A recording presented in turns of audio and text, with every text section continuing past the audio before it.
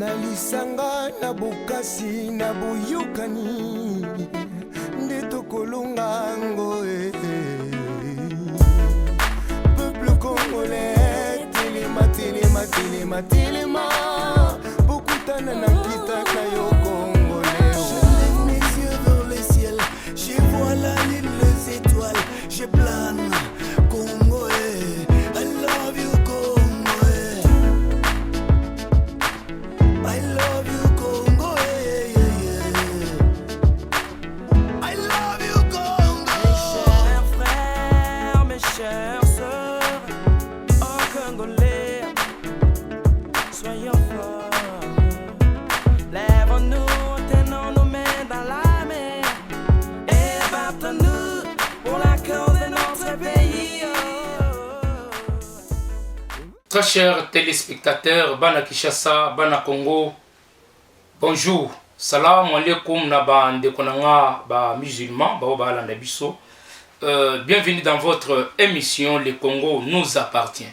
Une émission où tobetaka masolo ya politique, où tobetaka ba masolo ya actualité, ezala ya foot, ezala nyoso tobetaka yango apona ko pesa bino oyo ezali koleka na kati ya mboka na biso. Ezali émission oyo elekaka chaque lundi au vendredi na 20h juste. C'est bien moi, Youssouf Mukenge, le guide suprême. Merci beaucoup. Lelo masolo ya lelo toko beta masolo maimatali guerre ya est de notre pays. Toko beta masolo maimatali destruction na démolition oyo bazali kobenga coup de pointe ya gouverneur Ngobila Mbaka na Kinshasa. Toko beta pe masolo oyo etali économie ya ndeko mwana mboka directeur général Mwakadi oyo ya DGI très compétent. Toko beta pe masolo ya masolo maimatali gratuité de l'enseignement ya mbongo bazali kosenga na province précisément na Kasai central il y a 5000 francs oyo pa obasenga ba élève na chaque trimestre. Pe toko chite bongo na maimatali motocycliste de la République phénomène ya bawe wa tokobeta masolo yango. Merci beaucoup. Tokozonga simana na régie pona ko na maimatali premier point il y a guerre de l'Est. Repoussé de quelques heures, le passage de témoins a finalement eu lieu ce vendredi dans le camp militaire de Rumangabo. Situé à 40 km de Goma, la localité était tombée aux mains des rebelles du M23 en novembre dernier, en quelques heures à peine. La voilà désormais. Natongo ya lelo affrontement ya kafu o ezalaki na este ya mboka na biso FRDC en face ya M23 pona ko laksabino. Natongo ya lelo M23 a outi ko récupérer deux positions stratégiques entre autres ya Makombo na une partie ya Kingi na territoire ya Masisi. Lelo natongo ya lelo oyo vraiment M23 a subir lourde perte na bitumba oyo likaki na tongo ya lelo pona kolakisa bino ke guerre ya este wana ezali bitumba oyo ndenge tolobaki peuple congolais il faut se prendre en charge. Pe na maimatali affrontement wana tozalaki surpris lobi bakangaki un infiltré na kati ya Goma bako lakisa biso bilili pour bomeka otala un infiltré na kati ya centrale ya Goma oyo bamota bamekaki ko maîtriser ye. Bamoni un certain monsieur abimi wana lokola langwe ya kokanga ye ko contrôler ye baye ko sutuka keno mutongo za ba pièce ya Rwanda ya soldat rwandais azalaki maîtriser bongo na bande kona biso ba motocycliste. C'est pourquoi vigilance il faut ezala tous les Congolais bana Congolais il faut tozala très vigilant pour na kozala lisu ya mokonzi ya mboka potomeka moyen ya ko sala lolenge bande ko oya est bazalaki très motivé pe na ko yebisa bino ezalaki lelo arrestation ya chef ya milice komone asomba liwa na territoire ya Mambasa oyo asalaki terreur makasi na kati ya mboka azalaki maîtriser lelo azana arrestation pona ko yebisa bino ke président de la République azali ko bunda na sens que RDC ameka kozwa une indépendance totale parce que ezali vraiment très na ba préoccupation ya mokonzi ya mboka mpona koyebisa bino ke mboka na biso ezalaki infiltré lelo te ndenge na betela biso koya ya mzee na kati ya mboka oyo nde moto amemaki troupe wana. Cette occupation ezalaki vraiment très renforcée na président walandaki par rapport à accord ya kindoko basinyaki. C'est ce que salaki ke liloto kota na masolo bitumba oyo pe bele bazali ko lobo président de la république azali ko koka bitumba te azali ko sala bo. Mais vous comprenez que lelo na tongo ndenge toza ko sala ba remontada pour na ko récupérer bamboka oyo ezalaki sous occupation. C'est pour vous dire que bozala poser peuple congolais bosambela nzambe. Peut toza ko encourager na ba jeune bazali ko s'enrôler massivement na kati armée. C'est vraiment très important na côté wana pe na ko rappeler bino que chef de l'état na conseil de ministre amekaki koloba très bien ko rappeler mission o ezalaki bongo mission ya force régionale ya EAC ya koloba ete mission nango ezali offensive ezali mission ya kobeta masolo na M23, c'est-à-dire mission au bayaki na Congo ezali que ceux qui M23 bazali kolongate bazali kobimate bazali prêt pour na ko riposter ko attaquer M23. Mais tozali très dessus ya koloba était jusqu'à maintenant M23 azali toujours na Rwanda ko occuper ba terrain na biso ko occuper ba mabele na biso. Mais mission oyo ya force régionale ezali vraiment respecté. C'est pourquoi le peuple congolais bazali vraiment ko regretter ko ba ete ceux qui simité mokonzi ya mboka il faut asseriter na kati ya région wana ameka lolenge nini akoki ko bunda ye moko parce que ba mboka nyonso na ba tentative nyonso ezali bloqué to ezali reposté. C'est toujours les FRDC nde moto azali ko sala qu'on pèse à échec na les terroristes M23. Mais je me demande, mais à quoi sert cette force régionale? Nous comprenons que Bitumba et Zali Bitumba Oyo, na force régionale bazali complice. Parce que pour rappel, boyebi très bien que nakati amboka na biso ba révélation ba pesa que ba président ebele ya Afrique bazali na ba carré minier na est wana. Tokobeta masolo na prochainement pour to mekako kobeta masolo mususu. To kokota na deuxième sujet oyo ekosenga tokozonga sima na cameraman oyo tozali ko féliciter bango musala kito baza ko sala chela bisonano image ya deuxième point toko passer il y a démolition na coup de pointe oyo Ngobila Mbaka azali ko sala na kati ya Kinshasa. Merci. Opération coup de pointe oyo ya ndeko Jantini Ngobila wazali ko sala na objectif na ya ko rendre Kinshasa kitoko pona ko vulgariser vision chef de l'état qui est Kin Bopeto oyo moko président de l'État lancé yango na bandal c'est Paris.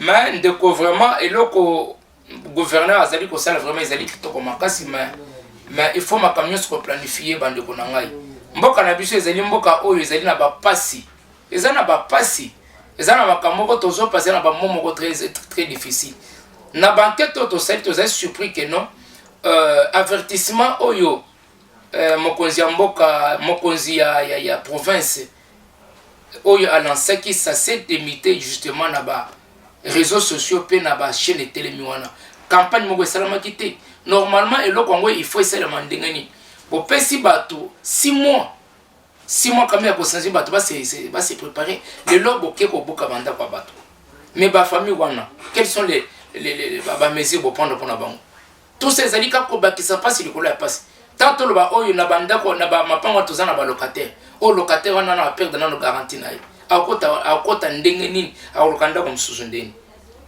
lelo tolo ba lelo bana bazali banda les gens ne sont même pas prêts pour na combattre la biloko na bango nyoso wana ezali moi désordre o ezana kati ya kosala gouverneur et tozo boya eloko zo sala te mais faut bien planifier et comme tête tozana année électorale que batwana o luka ki ennemi moko contre bato population na président de la République c'est pas normal. D'autres quoi ils sont des gouvernements mais quand côté eloko wana ezali vraiment eloko tozali ko condamner par rapport à faisabilité nango. On ne condamne pas musala ezali kitoko mais façon ya kosalela yango c'est ce qui pose problème na masolo wana. c'est sur ce nazali koyebisa na gouverneur ameka kotala bakote mosusu bazokende wana baplanifiaka yango. Et aujourd'hui tozana Kinshasa na ba bidonville parce que bato na bazo obligé to comme le kola na pakaduma. C'est pas normal. Dans un pays comme la nôtre, nous devons planifier nos autres aïe pour ça. Donc je profite de cette occasion pour na le président Mouké à Ligue de jeunes de l'UDPS avec toute son administration. Je pense que peut bazali peut côté les melapé de Sewana dans sens que parce que toute cette jeunesse là ba parents na bango tout ça ça pose problème. Donc na yokaki ndenge déjà beaucoup déjà masolo yango pour na trouver solution na ba côté wana. Sans toutefois passer directement na troisième point où il y a DGI wana to beta masolo il y a DGI. Avant to kende wana toko senga nanu na ba réalisateur na biso me ko tshela biso nanu moi estre nanu ya ndeko DGI Mwakadi ou azali bongo le DG ya direction générale des recettes mais ka ko tshela biso moi estre moko ya point de presse moko salaki bongo na 2022 justement na États-Unis ameka tokozonga sima poto meka ko décortiquer nanu masolo oyo azali ko sala. Merci beaucoup. Au moment où le monde entier est secoué par la pandémie du Covid-19, la tâche de la DGI s'annonce difficile mais pas impossible. Le directeur général Barnabé Mwakadi en est bien conscient. Ok, sans fois tarder, toko tina masolo matali économie. Je pense que les DG Mwakadi Wazali le magicien financier. Azali fut nommé à la tête de cette grande entreprise direction générale des recettes. Na 2000 où Azalaki nommé place wana. Koko manaye ndeko Mwakadi fi c'est un pasteur premièrement. Il y a un pasteur na Itanaye. Là je félicite aussi tous les pasteurs, les hommes de Dieu Azali Kolanda biso awa parce que tout le monde qui moko na bino Azali ko sala ba miracle recettes pe sans toutefois oublier pasteur mokuna oyo bongo to pesi mbote place Azali na musala Azali ko sala et bongo lelo tozali na ndeko oyo DG Mwakadi Azali pe pasteur à la tête il y a cette grande direction des recherches. La base que ce monsieur c'est un monsieur oyo azali ko sala musala ya malam. Mais to zwaki diabolisation ou les cas na ba réseaux sociaux na ba poko ya mike o bazali ko ternir l'image ya mokonzi ya mboka à travers ndeko oyo azali Mwakadi. Et je peux vous dire que Mwakadi azali moko azali ko telemisa ko sala effort que le lomboka na biso za na ba recette. Imaginez mboka ou azali na ba budget ya ba 3 milliards aujourd'hui toza na ba 16 milliards au matin. Ye moko nanu azali ko pesa na assiette fiscale plus de 11 milliards. Mais tozo ka quelques bateaux oyo bazali animé ya ba mauvaises intentions pour na ko diaboliser ye ya koloba ete azali muto akoti bande konena musala tout ça biloko belé. Tous avons bino que tous en abino te permettre te biso étant que ba peuple congolais to ko sala erré onate bato o bazali ko telemika que président de la république ameka ko sala ba recette to longwa lelo to comme na ba 30 milliards tout ça mais bino ba pourquoi mike bozali ko ya wana po bebisa dignité ya pasteur wazali bongo le magicien fiscal ya mboka na biso tokozala na bino tokotika bino te. C'est pourquoi je lance l'appel ya ba peuple congolais ya ba motocycliste mona bozali ko revendiquer makambo belé bo sala pe pona ko défendre bato ya malamu pe toko kendetiko na ba émission zo kende to pesa bino ba ministre malamu o bazali ko sala musala na ba ministre o toko tele mais parce que d'ici là remaniement ezali ko ya bobongama bino bato boyaki ko sala ba bêtise boya ko sala tournage boya ko sala ko sakana cette fois-ci bazo chabino libanda toza déjà na liste a on a mis ça to dévoiler en côté bino tout boko kende petan boko kende to ko bengana IGF azala pré pona ko landela mutu nyonso oya yibi mbongo bokokota boloko cette fois-ci. C'est pourquoi Fachi Béton, il faut vraiment attendre la likambo ya justice na lombango, justice na biso ezala vraiment justice oyo ya kitoko. Ezate justice oyo ya bato oyo bakangi mutu muyibi ayibi ba miyombe boyoka lobi ba bimisie pour sur quelle mesure. C'est pourquoi biso toko na 2023 toko sala mobilisation, toko mettre en place kokis moko ya ba député oyo ya peuple. Ba député on a proposé ba loi parmi ba loi on ezala mutu oyo ko détourner face à la bandit publiquement, azala bandi parce que ce n'est pas normal que moyibi eleki. Toto landali kamboya ça de martyr à trop avec 2 millions oyo ba investir pas chef de l'état. Toto koyoka ke non le lokaf atalike musala basali kuna izaya pamba ezali lokwa kalme ba millions nyoso neke wapi toko zongela na émission awa vous serez arrêtés vous tous ba bloko wana. C'est pour vous dire que le DG Mwakadi fut le meilleur manager na 2022 ba pesa ke trophée na forum NC ya Houston na États-Unis. Muto bongo yo ya olobake ne travaille pas. Nous sommes là pour vous appuyer. Félicitations. Les DG Mwakadi les pasteurs. Et donc ça l'a bien parce que vous êtes pasteur. Les alliés qu'on lavait ba pasteur mususu o to mona na mboka ba pasteur à Kindoki. Vous êtes pasteur mais vous êtes muyibi. Donc c'était bino awa. Vous comprenez? Mais vous faites quand même la fierté. Et tant que non pasteur na niveau ya DGI vraiment longonia. Et je profite de cette occasion pour nako ko pesa mbote na Parsec Germain Ouazali Bongo Pembeni na yo. Vraiment félicitations toko zonga lisolo ya DGI na oyo ekoya. Sans toutefois tarder toko zonga toujours sima na caméra na biso na réalisateur ba meka ko tshela biso masolo nanu ya gratuité de l'enseignement à chef de l'État na masolo o ezali ko leka na Kasai toko zonga ya 5000 francs. Merci beaucoup. Pupitre. Cette année, leurs parents n'ont rien déboursé. L'école gratuite pour tous, inscrite dans la Constitution mais jamais appliquée jusqu'ici, était une promesse de campagne du président Tshisekedi. Du coup, les inscriptions ont explosé. L'effectif, mais la masolo ma imatali 5000 francs. Vraiment, ils allaient passer. Les ana bato oyo baye ko bundisa la gratuité to vision à chef de l'État. Je n'arrive pas à comprendre. Comment ça fait la gratuité de l'enseignement président de la République yende azali ko devo des milliards na kati ya secteur oyo. Yo coordination ya Kasai kuna na bakananga na bamboujouma par-ci par-là. Bozo pesa bozo sala soni ya président de la République. Bozo fixe à président de la République. Vous êtes les frères du président. Comment ça fait-il que gratuité ba pesignos yo ozo telema ozo pesa ya yo communiquer que chaque élève a banda ko fota 5000 francs par trimestre. Mbongo wana posa na ngoni. Pourquoi bozana kindoki oyo bozolinga bobibisa kaka mandat président? Vous les Kassaïens là au Kassai, vous êtes censés bozala nanu exemplaire. Photo ka ngona bakatanga par mais au Kassai précisément na bakananga. Comment boko koma na niveau oyo gratuité ba millions oyo bazali ko débourser et pas à travers ministre tutelle Tony. Et d'ailleurs félicitations parce que il y a une mokanda oyo Tony a outi ko telemisa ba bêtise na bino wana. Félicitations. Hein? Continuez toujours na nzela wana ministre Tony to ko appuyer yo.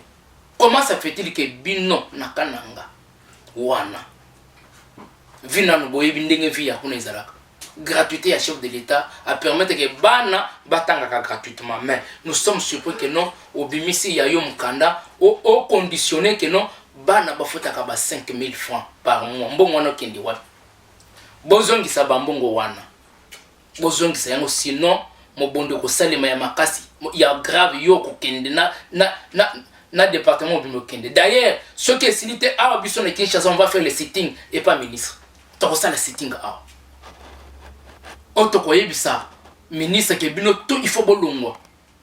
Vous êtes les gens à passer de bokota boloko parce que ce n'est pas normal à niveau boy. Président Yemoko abi misambongo ya Chile Jules boyibi. Abi misambongo ya construction à université boyibi. Nan toujours bandeko ya président. Ça c'est très grave. C'est très grave avec de tels comportements. Sur ce tokoyebisa mokonzi ya mboka azala vraiment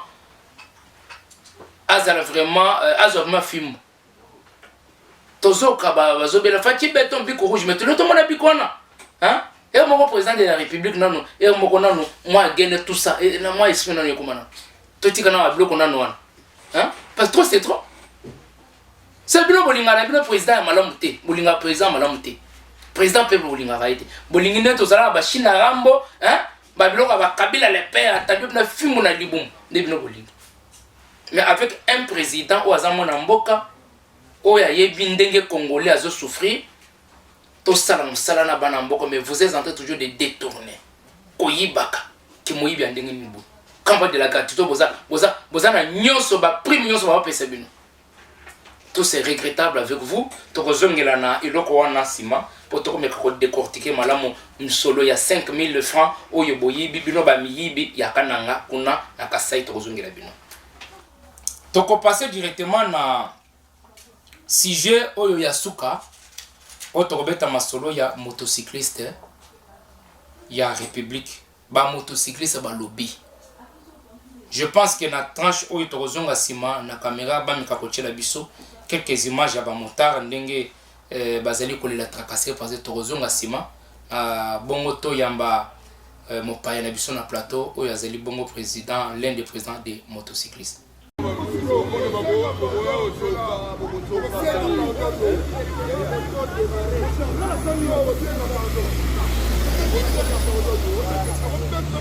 Merci beaucoup à la régie. Et bon, motozongi vraiment na maimatali ba motocycliste de la République, ba motocycliste ba lobby, ba gangi. Et l'autre bête à masolo yango. Mbote mwana Congo. Mbote, monsieur les journalistes. Balingi baye ba kombo no nani o se présenter baye ba kam.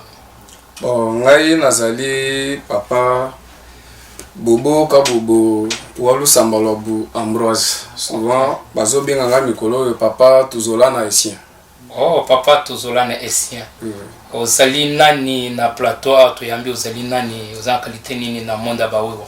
Nazali chargé ya mobilisation na association na biso nationale ya ba motocycliste. Anamo oyo ebotami na ndako ya IDPS. Bon, oui, wazabana ya ndako ya Fachi Beton. Oui. Ok, merci beaucoup. Je crois que les autres to bengisi out me robeka masolo ya ba mota o ba we ba gangi ba lobby. To robeta di solo yango. Je pense que dernièrement awa ba lancer qui opération premièrement il y a taxe de stationnement. Oui, je crois que cette taxe de stationnement tout le monde qui vraiment ba mota bazay consommer sans problème. Puis à mi balé nous avions tout le monde peut balancer opération il y a au Italie il y a plaque d'immatriculation. Quand même maintenant vous êtes à l'aise je crois. Non, tous à l'aise parce que tracasserie et colis sous makasi par rapport à tant que tous à la bosso avant de mobiliser tout ba membre na biso ba somba taxe ya stationnement. Oui, tracasserie lingelo bakeno ko kanga moto oyo c'est que sans raison ko kanga oui bien quand même ce que moto peut-être azana sans inite bakangeza tracasserie moto asombi taxe te bakangeza tracasserie est-ce que peut-être ozo bozo ba biloko na to ezandengini ndeko Ambroise. Oui, toi bien sans unique eza likambo mususu mais otozolo bela ya ko tracasser ba wewa ezo tala même pas likambo ya sans unique soki ba ndiko na biso ya nakota na kombo parce que trop c'est trop bandiko na biso ya zalez beta bilo ya Carlo Fungula ya Ipa colonel Igo ouais awa ya na Ipekin bandiko na biso ya Mbata bango ata ba uti mission na bango mususu mais retour na bango soki bakutani na bandiko na biso bawewa na nzela c'est comme si baza komi futa na msala o ba mauvais stationnement oui des infractions no bakipanga même pas makambo ya mauvaise stationnement bazolo kotaka ata baye bakuti bino na parking na bino bakolokota bino kaka. OK. Vraiment bon par rapport il y a dossier il y a plaque d'immatriculation na occupé bazolo mokambo ya ba Carte rose. Carte rose, eza à niveau nini? Ok, makambo ya plaque de matriculation to sololaka na excellence ministre ya transport monsieur Mbokoso. Abi avant to somba plaque mpona kostopper hémorragie ya tracasserie, faut tobanda kosomba taxe ya stationnement. To mobiliser parce que toza ba mobilisateur, to mobiliser ba base na biso nyonso ya bawewa, ba yoki biso, ba tosi, ba sombi taxe ya stationnement, eza la valeur ya 500 francs. Mais ndenge toyokana kina ministre, boyokana toyokana ke po tolongola tracasserie esila na terrain, il faut tozala en ordre. Ok. Ceux qui te sont mis taxe wana akotongela biso ba parking tokozala un peu protégé. Basi batongi parking na mona kimbondo passer par là. Bon, nakolo ba sur 100% ba tusaleli biso au moins 5%. Bon. Na o union surtout yokana kana excellence. Ok, à part parking boyokana ki lisuni. Ba we ba somba plaque bakozala à l'aise na zela balata wa casque to mobiliser ba membre na biso nyonso ceux qui otali lelo we wa nyonso za na casque na ye moto na ye za na plaque mais ba plaque yango to sombi jusque là ba carte rose ezobimate. Bon, oui. Bon, merci beaucoup ndeko chargé de la mobilisation par rapport à ndenge vraiment au pesimbelela ndenge bawe bazali kolela. Est-ce que oyebi que population peut bazali kolela makasi par rapport au comportement ya bawe o bazali ko afficher entre bazaba teti bayo kakate kofinga tout ça? Est-ce que étant que moko responsable na bango, est-ce que vous êtes informé de tout ces comportements? Bon, ceux qui ba ndeko na biso balobaka makambo wana ngai nako lobake soki baza na preuve bamemela biso ba preuve wana parce que na moment oyo tozo souffrir ata moto moto asali likambo te akositoka kaza ba preuve oyo botumba soki motuka quelque part comme ça ezali eleka na ba réseaux sociaux. Non, wana ezalaki bawewa te tozalaki infiltré. Oui. Bon, wana ezalaki bawewa te parce que bawewa na biso tokotaka réunion toteyaka bango base comportaka bien parce que baza ba responsable. Ça va tokozongela mbala sima vraiment tokota en profondeur dossier ya oyo lobby, mais je m'adresse justement à bande konanga ba motocycliste. Boyebi que vous êtes le responsable na kati mboka oyo, et je dis souvent que les ceux qui état de droit oyo tozolo kanaka mboka oyo, vous faites partie ya bato bo accompagnant, c'est-à-dire que vous avez accompagné le président de la République à comment isika oyo. Félicitations. Et vous savez aussi que vous êtes aussi connotation de bien comme on a kakayomba la moko ezali de quoi président de la République. Vous devez vous comporter le lenge singeli. Bolingate mandat ya président de la République par rapport au comportement au peuple bazali ko décrier par-ci par-là et za lokola eloko wana liboso. Faites l'effort ya bo l'accès bo vendre image malamu ya pouvoir oyo bobundeli makasi. Et aussi je m'adresse justement na bakonzi mboka na biso. Vraiment bakonzi mboka gouverneur Ngobila et son ministre des transports. Je pense très bien que wewa bazali ko souffrir makasi. Nous-mêmes nous sommes au courant de tout ce qui se passe. Nakati yambo bo lansaka dossier ya kosomba mikanda entre taxes de stationnement. Aujourd'hui ba motard par jour paye leur argent sans problème. C'est-à-dire que par semaine dans 6 jours c'est une affaire de combien? 6 000 3 000 fois 4 semaines c'est combien? C'est une affaire de 12 000 francs où il va foutre dans l'état par mois. Bah contribuable 12 000 francs par mois. Mais kenye na bato mususu ba futa par mois, vous comprendrez que les motards sont au 17 ça dans 4 poto la bino le lenge bato mususu ba futa ka ba pas qu'on a. Vous comprenez les motocyclistes bazali ko futa mbongo na bango bien. Bazana plaque d'immatriculation. Comment ça fait yo moto livré ba plaque d'immatriculation? Vous êtes incapable de copier sa plaque, il a copié sa carte rose. C'est pas ça c'est l'irresponsabilité. Hein, l'état ministre Mbokoso, les DGK et les autres. C'est pas normal. Moto oyo o teki plaque. tant bateka plaque accompagner nango na volet jaune to na nini na carte rose. Aujourd'hui les motocyclistes bazana yango te. Et chose grave à travers le ministère ya transport bozo sala mukanda bes bozo pesa bajan na bino po batu naka mukanda wana batu naka o pesa carte rose pesa permis mboko permis zala mbo permis zala kate. Pourquoi les ridicules et pas na biso ni ou pas? Ce n'est pas normal. Plaque carte rose ça n'existe pas. Permis de conduire ezalaka te, mais toi l'état qui est censé koyeba biloko wana ozotinda bato na bala bazokanga ba motocycliste et so bakangi koyoka kaka ba 100 000 ba 50 000. Ça c'est chercher maintenant révolte moko na kati ya ba wewa batomboka bayoko ba wewa batomboki contre ndeko na bango. Vous devez il faut vous changer ba biloko wana. Ba d'ici là pena ba gouverneur ba ningisa bino bino ba gouverneur parce que bo salam na muté. Botala dossier wana et ba meki koloba lisu dossier ya parking boyebisa ba mota ke tokotonga ba parking parce que mbongo wana c'est ça taxe de stationnement ya ba parking. Vous en êtes où pourquoi beaucoup kiko ko ça l'escroquerie ya battu sur ba mona? C'est pas normal. Vous devez na année oyoyo avant que bobanda ba opération na bino ya kokotsa batu na balabala parce que nous avons appris que baisse na terrain terre oui ezalaka bon ba motuze ba vanda na bo c'est la biso na bilan ya dépôt bobandi ko zoba mbongo wana ti le loyo ba motocycliste bo si boko mbongo wana sali nini vraiment tozanango besoin pe ndeko Ambroise obeti masolo awa ya service o ya zokanga boyibite.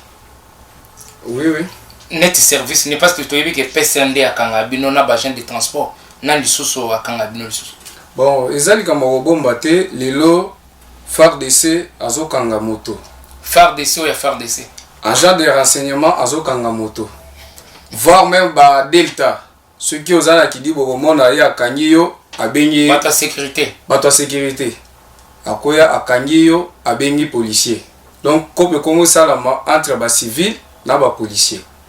Pour le BP na ba PP na ba PP wala kuteza musikate parce que so kei kaka na kopesa mukolo ya lelo à partir de 23h30 au meka ko zo komata moto na niveau ya Itaga Wileri okokuta ba PP bazawana bazokanga ba moto mais biso toyebi ke musala ya PP eza ya kokanga moto mais chose grave na mboka na biso lelo PP azokanga moto, FARDC azokanga moto, ANR azokanga moto, ba Delta azokanga moto. Merci beaucoup. Tant ezali TV, tant ezali muke makasi, toko bengisa yo sima poto meka kota na mozindo ya masolo yango. Mais je m'adresse au ministre de l'Intérieur national, Maître Aselo, le combattant de Litonga Nayibi. Yoka ba masolo wana, c'est de la sécurité. Nakati ya ba motocycliste, vous devez mettre de l'œil là-dessus. Parce que quand on parle de l'insécurité, za kotika ba motocycliste bazala bon. Vous devez être l'œil ko contrôler ka ba secteur wana. Yoka ba tina ba PP ba kanga moto.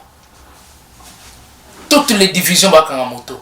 C'est le moto ko pesa hors des alliés. Tinda ba élément non assez. Na sur terrain, ozoba eloko pour prendre quand même ba mesure moko ya malamu. Je pense que toko sala effort to senga émission moko na ministre de l'Intérieur toko ya wana potomika ko tuna mituna oyo ya bandeko bazali ko souffrir na yebi que ozali combattant de l'île toza pembeni ya peuple yebi ndenge ba motocycliste ba souffrir pas avant comme ministre ba we wande bando memayo partout ko kita komata na yo tellement pour l'ande la dossier na sens que au sécuriser ba motocycliste au sécuriser pe na population parce que ezali ba makambo oyo yayo sans toutefois tarder mbala moko tokomi na suka ya émission na biso tokozongisa maloba muke et pas ya ndeko na biso une minute seulement. Quelles sont l'organisation ni bossa na kasi structure na bino pona ba motocycle ou était l'organisation? Bon, organisation na biso na niveau ya association na biso to lancer appel na ba membre na biso nyonso baya to enregistrer bango toye banani baza ya biso na ba oyo baza ya biso te. Okay. Parce que na zoba oyo nyonso ezoleka na balabala bazotanga kaka kombo ya bawiwa en général. Yango to lancer appel na ba membre nyonso ya anamo ba oyo bayokaka baya to enregistrer bango to yeba banani baza ya biso na ba oyo baza ya biso te. Na okaki pe lisolo ba formation moko boye pa na bino. Oui, formation ezali wana na toti yango gratuit. C'est gratuit, muto apesa iloko te? Oui, muto apesa iloko te. Ba oyo ya anamo baya domaine nini na domaine nini? Bon, ba domaine eza ebele. Eza auto école, eza wana informatique. OK. Ko yekola muloko ya ba français, ba anglais. Ba formation eza ebele. Ça va. Maintenant pour baleka na bureau est-ce qu'on peut passer numéro na yo ou il va contacter facilement? Oui. Ceux qui mutaza na membre na biso oyo akolanda akoyoka message oyo azwa abenga na numéro oyo 085 641 14 47. Ceux qui obengi toko orienter yo place oyo koya ba zui komona yo parce que formation bandela liso numéro 1. Oui, 085 641 14 47.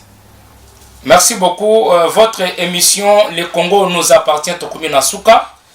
Pour te rappeler, bino ba point haut tomeka ko débattre au courant ya numéro nabiso. Tomeka ko beta lisolo o Italie ya guerre ya est pour na relaxer bino le lenge ba avancer ya FARDC ou asalaki na quelques mboka o ba a récupéraki. Pe na kati ya point tomeka ki ko lakisa ndenge président de la République a mekaki kolobana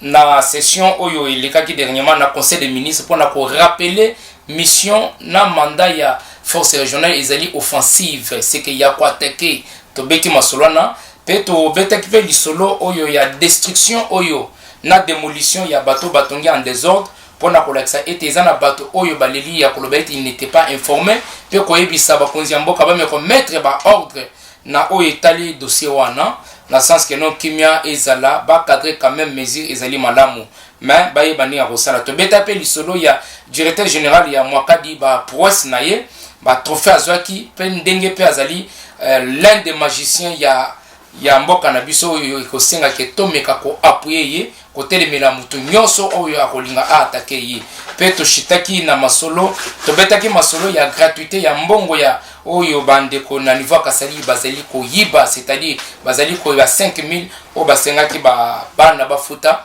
mbongo wana tumape ko beta lisononge bazongi sango na lombango parce que ministre a mekaki ko telemela dossier wana pe nasuka to mekaki ko chite lisolo ya ba motocycliste ba lobby ba motocycliste ba gangi na kati ya nino atomiki ko sala ba analyse pe na ba information to ko retirer na ndeko Ambroise Bobo azalaki bongo invité na biso ya mokolo ya lelo pour vous dire que non notre émission ezali koleka na chaque lundi au vendredi na espace na biso autoza ko benga Guise de Suprême TV pesa koleka na Tarde TV. Je profite de cette occasion pour na ko remercier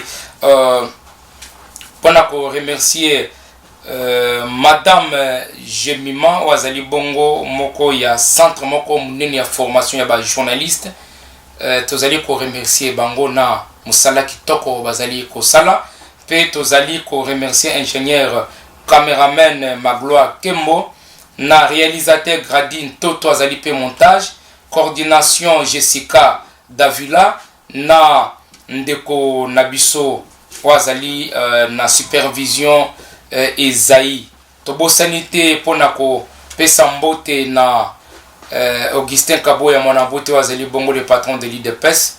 Je profite de l'occasion pour na ko remercier Mosala kitoko za osa na ligue de jeunes Nabiso maître Mukemu Kingishai avec Christian Lomo et toute l'équipe au bazar ko sala que la fierté ezala na niveau ya parti peto bosanité papa Ahmed Tumba Jeff Disasi na Angola, le patron, tout dépend de Dieu. Peut ozali ko pesa mbote na la patronne de la chaîne Tarde TV a pesibiso pe makasi tozala awa madame présidente Janine Madjitolo Mukala na Toronto na Canada. Peut ozali ko remercier ba base na biso nyonso na 4 coins ya Congo, na Kinshasa, na Funa, na Mwamba, na Lukunga, na Lukunga pe na Changu. Tozali vraiment kopesa bino mbote mingi base Sharif, base nyonso oyo bazali kolanda biso na Funa. Topesi bino mbote tosuki lelo na émission ya lelo et pa na bino ya bino le guide suprême Youssouf Mokenge. Bye à la prochaine édition. Merci.